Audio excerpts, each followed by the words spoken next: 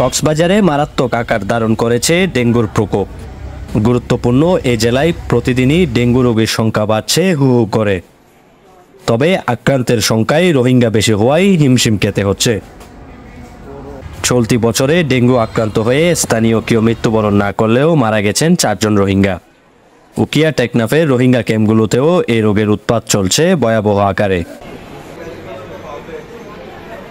প্রতিদিনই ডেঙ্গুর বিভিন্ন উপসর্গ নিয়ে জেলা সদর হাসপাতাল সহ বিভিন্ন হাসপাতালে ভর্তি হচ্ছেন অর্ধশতাধিক রোগী।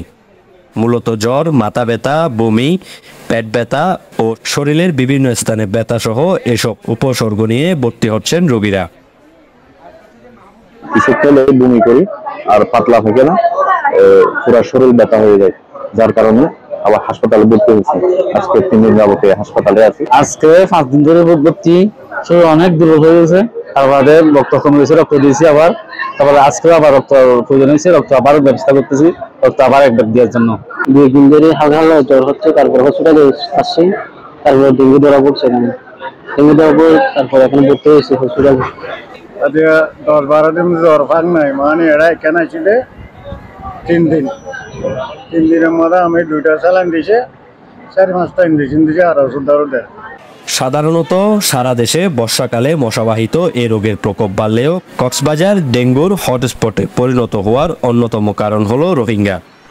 জেলা সিভিল সার্জন অফিসের তথ্য মতে চলতি বছরে জেলায় মোট ডেঙ্গুর আক্রান্তের সংখ্যা 5,634 জন। এর মধ্যে মাত্র 1,855 জন স্থানীয় এবং বাকি 3,779 জন হলো রোহিঙ্গা জনগোষ্ঠী। 2024 সালে আজকের দিন পর্যন্ত মোট ডেঙ্গু আক্রান্ত রোগী এই কক্সবাজার জেলায় হয়েছে হলো 5,634 এবং এর মধ্যে 1,855 জন হলো আমাদের হোস্ট জনগোষ্ঠী, মানে আমাদের বাংলাদেশি জনগোষ্ঠীর মধ্যে হয়েছে। আর এফডিএমএন ক্যাম্পে হয়েছে হলো 3,779 জন। এর মধ্যে এফডিএমএন-এ 4 জন মৃত্যুবরণ করেছে, এই তথ্য আমাদের কাছে আছে। সদর হাসপাতালে সিটে জায়গা না পেয়ে ডেঙ্গু আক্রান্ত রোগীর চড়াচড়ি এখন মেঝেতে।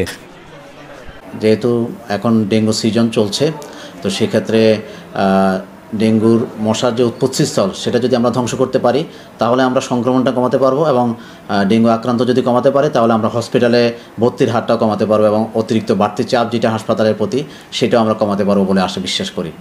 মশাবাহিত এ রোগের লক্ষণ দেখা দিলে আতঙ্কিত না হয়ে দ্রুত নিকটস্থ হাসপাতালে শরণাপন্ন হওয়ার পরামর্শ চিকিৎসকদের। মিশু গুপ্ত, CCN।